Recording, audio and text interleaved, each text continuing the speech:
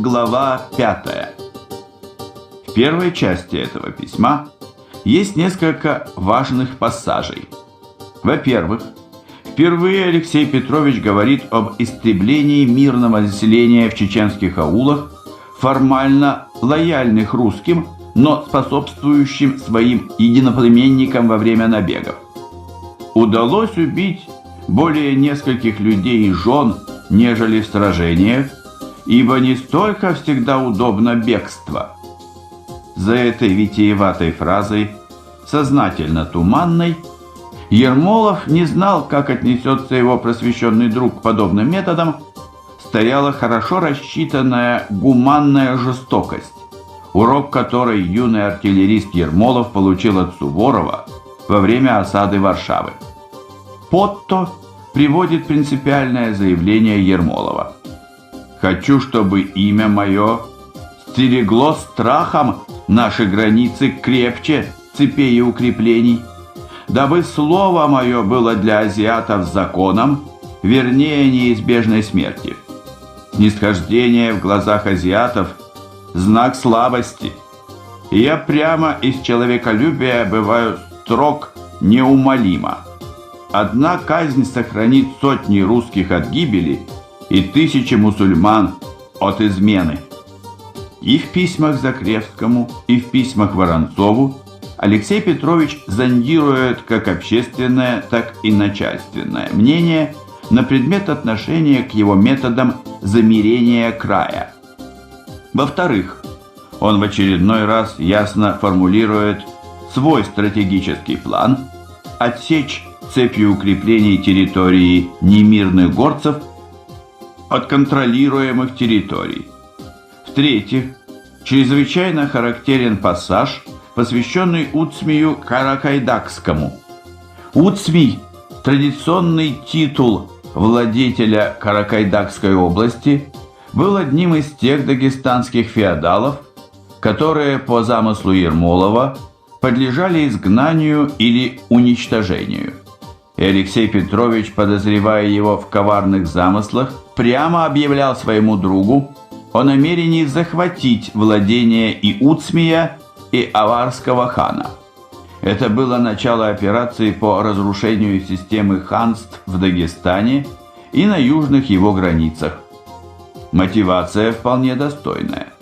Будущую весною, если чуть возможным не будет, я приду разведаться с мошенниками в собственные их жилища, и тут будет конец и уцмиевскому достоинству, а жители богатой земли сей и нам необходимо нужной отдохнут под милосердным правлением императора от злодейской власти, их утесняющей. Методы, которыми пользовался Ермолов при подавлении горцев, их соотношение с европейскими, христианскими, нравственными законами и представлениями о человеческой гуманности – особый и непростой сюжет. В начале 1819 года, после похода в Дагестан, Грибоедов, человек поразительного ума и к тому времени неплохо узнавший Алексея Петровича, написал о нем нечто, дающее ключ к проблеме. Нет, не при нем здесь быть бунту. Надо видеть и слышать, когда он собирает здешних или по ту сторону Кавказа кабардинских и прочих князей. При помощи наметанных драгоманов, которые слова его не смеют проронить, как он пугает грубое воображение слушателей палками, виселицами, всякого рода казнями, пожарами. Это на словах, а на деле тоже смиряет оружием ослушников, вешает, жжет их села. Что же делать? По законам я не оправдываю некоторых его самовольных поступков. Но вспомни, что он в Азии. Здесь ребенок хватается за нож. А, право добр! Сколько, мне кажется, примягких чувств! Это Грибоедов писал в Россию своему другу Бегичеву, понимая, что слухи о ермоловском терроре туда доходят. Последняя фраза о доброте Ермолова и его так называемых «примягких чувствах» на первый взгляд категорически противоречит всему остальному. Это не так. Ермолов на Кавказе принадлежал двум мирам. Вспомни, что он в Азии. Он категорически отбросил все попытки своих предшественников Гудовича, Тормосова, Ртищева искать компромиссное решение конфликта. Лучше от Терека до Сунжи оставлю пустынные степи, нежели в тылу укреплений наших потерплю разбои. Дело не в отдельных набегах. Дело в принципе. Отложив по необходимости реализацию своего персидского плана, Алексей Петрович, который не мог жить, не имея перед собой задачи, равной его самопредставлению, все больше проникался сознанием своей цивилизаторской миссии. Это было не просто усмирение и замирение горцев. Это было стремление фундаментально изменить сам характер их бытия. Европеец, шевалье Ермолов, латынь, итальянский и французский языки и глубокая начитанность не мог смириться с принципиально иным способом существования, который с таким неразумным упорством отстаивали горцы. Мы знаем, как он умел привязывать к себе людей искренней заботой о них, доброжелательством и отсутствием заносчивости по отношению к низшим. Его боготворили его адъютанты, но доброта и доброжелательность резко обрывались там, где начиналось сознание миссии. Холодная и рассчитанная жестокость имела не только тактико-прагматический смысл, но на первом плане был именно этот смысл. Вот основополагающая формула.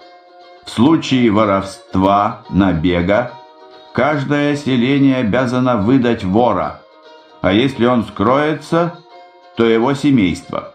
Но если жители дадут средства к побегу всему семейству вора, то целое селение предается огню. Если же по исследованию окажется, что жители беспрепятственно пропустили хищника и не защищались, то деревня истребляется, жены детей вырезают. Это была не просто свирепая риторика. В письме Закревскому от 30 сентября 1819 года он сообщает о достойной службе своих подчиненных, для которых намерен просить награды.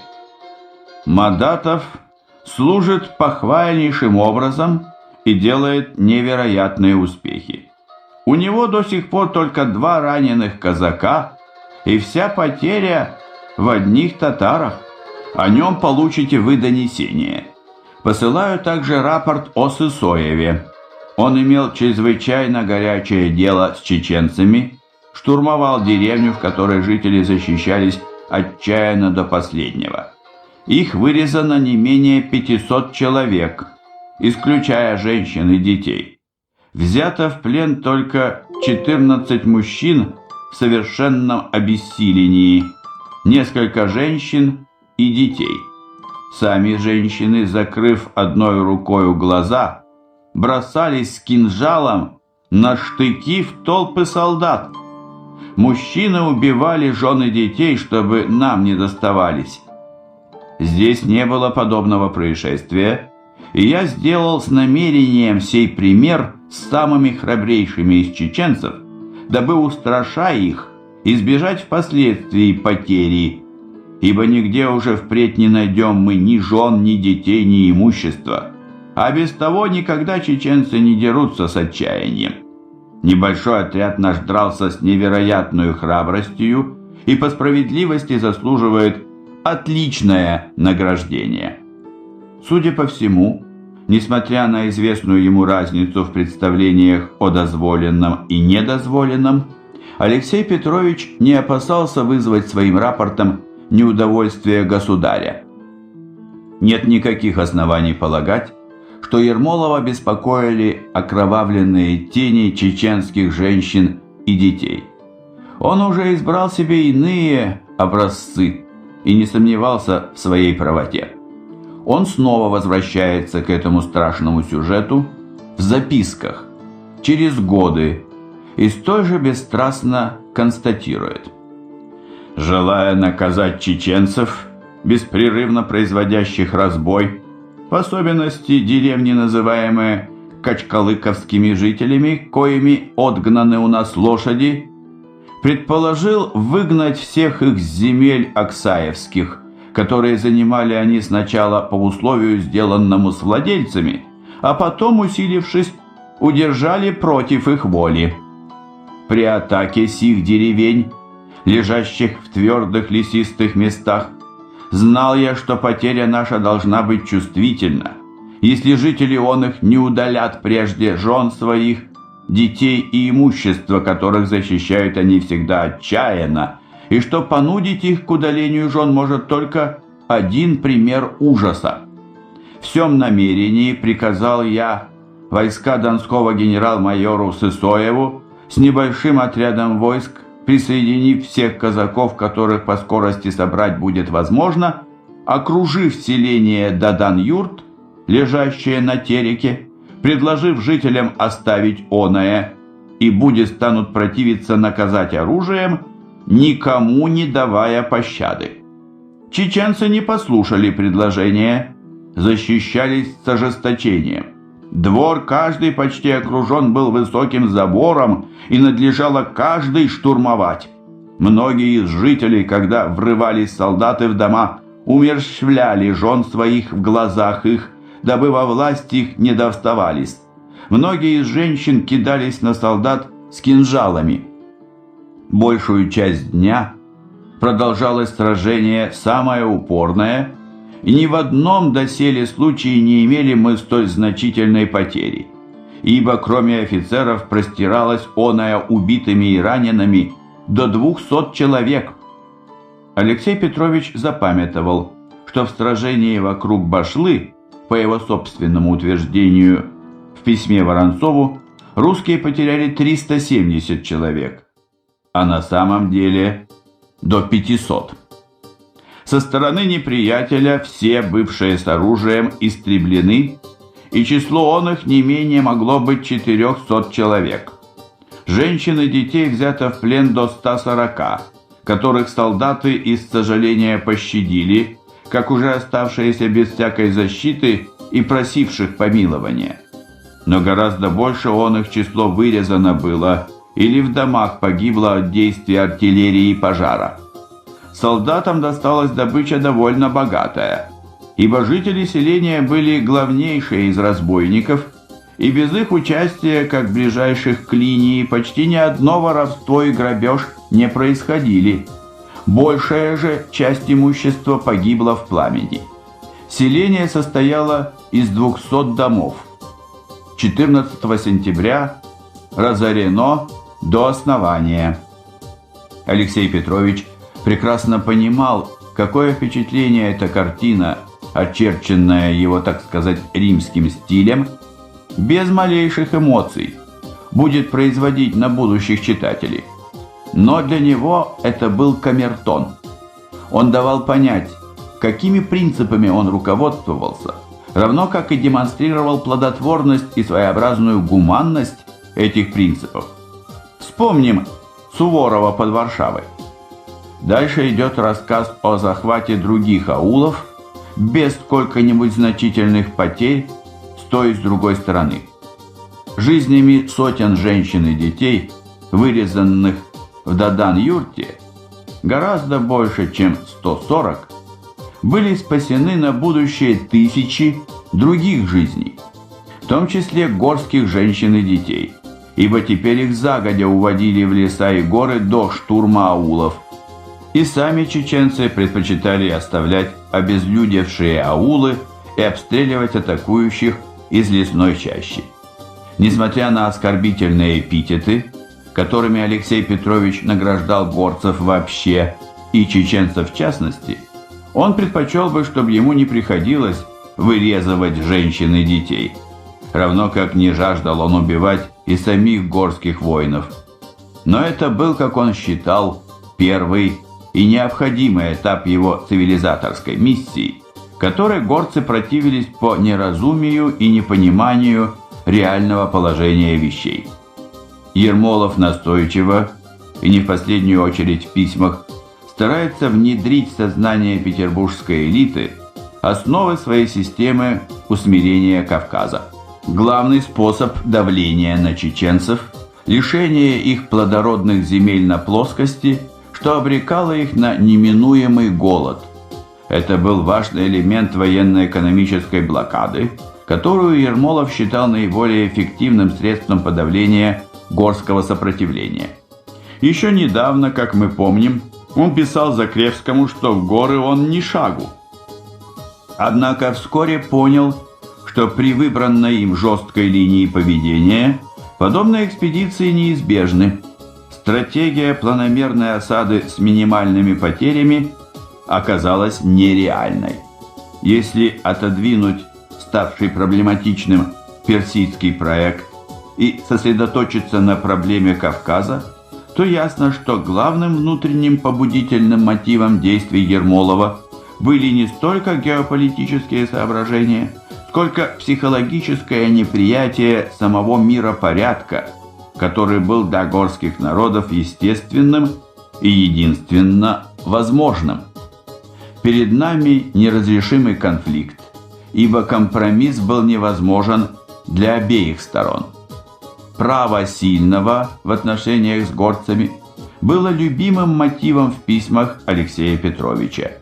В официальных документах, чтобы не вызвать нареканий со стороны Петербурга, предпочитавшего более гуманные способы умиротворения, он выдвигает другие мотивы. Так, 12 февраля 1819 года, убеждая императора усилить Кавказский корпус, Ермолов писал: «Государь, внешней войны опасаться не можно. Голова моя должна ответствовать, если война будет со стороны нашей. Если сама Персия будет причиной оной, и за то ответствую, что другой на месте моем не будет иметь равных со мною способов. Она обратится во вред ей. Внутреннее беспокойство гораздо для нас опаснее. Горские народы примером независимости своей в самых подданных вашего императорского величества порождают дух мятежный и любовь независимости.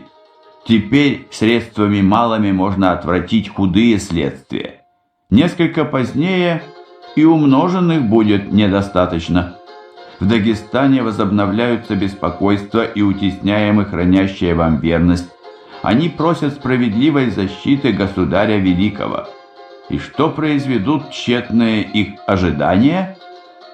Для императора он мотивировал необходимость решительных действий, для чего нужны дополнительные полки, опасностью мятежной заразы и необходимостью защитить тех горцев, что хранят верность России. Что до так называемого мятежного духа и любви к независимости, то имелись в виду, разумеется, те, кто непосредственно соприкасался с горцами, солдаты и казаки. Проблема дезертирства и бегства в горы была проблемой нешуточной.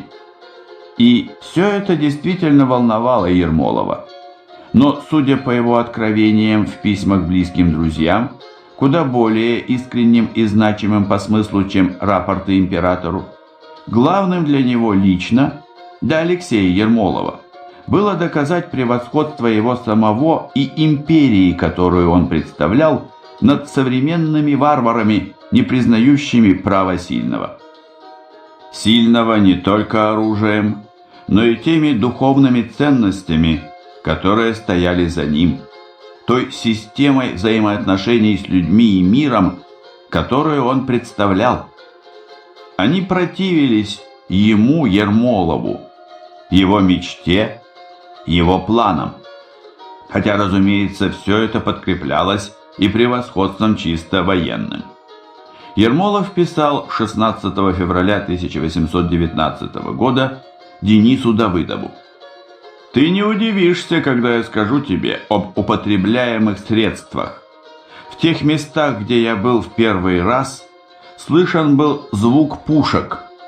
Такое убедительное доказательство прав наших не могло не оставить выгод на моей стороне.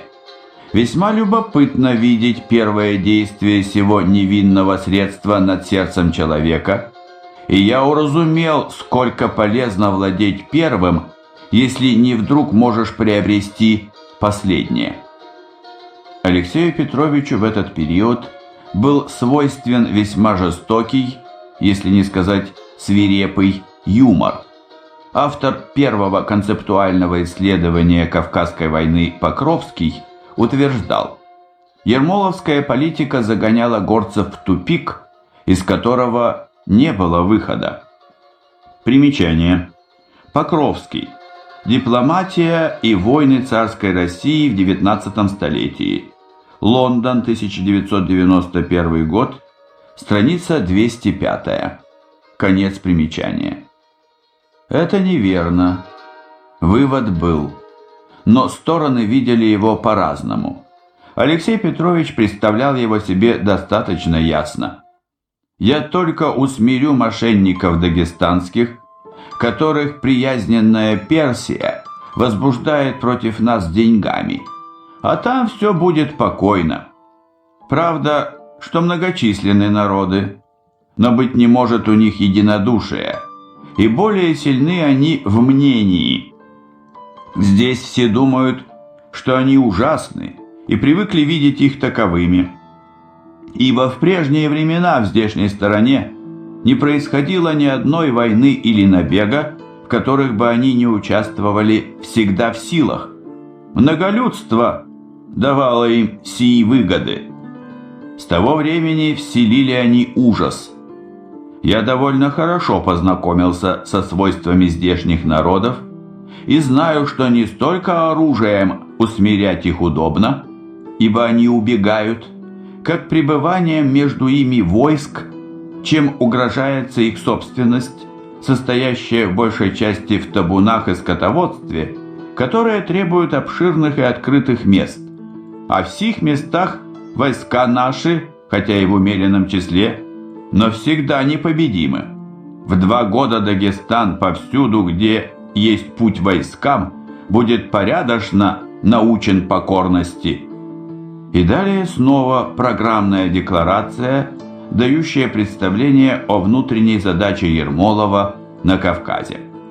«Меня восхищает, что я власть государя могущественнейшего в мире заставлю почитать между народами, которые никакой власти не признавали, и гордость сих буйных чад независимости достойна пасть во времена Александра. Как ханы наши сделаются смиренны и благочестивы в ожидании обуздания их бесчеловечной власти, и, кажется, отдохнут стеснящие под их управлением». Ермолов писал это в начале июня 1819 года, после первого удачного похода в Дагестан, похода, который, однако, стратегической ситуации не изменил.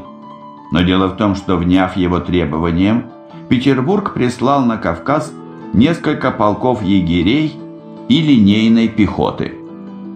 Бросается в глаза, что в победительных планах Ермолова отсутствуют чеченцы, еще недавно постоянно проклинаемые. Алексей Петрович был уверен, что он нашел радикальное средство к их усмирению.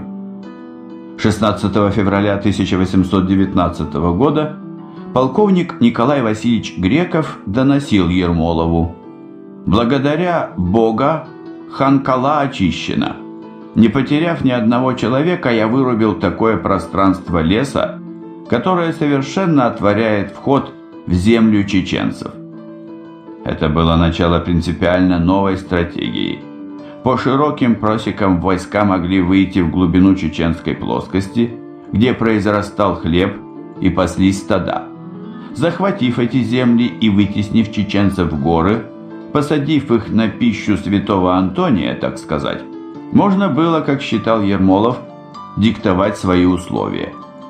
У горцев был иной взгляд на возможность выхода из тупика. Собственно, сам Алексей Петрович его и обозначил, только не поверил в подобную возможность.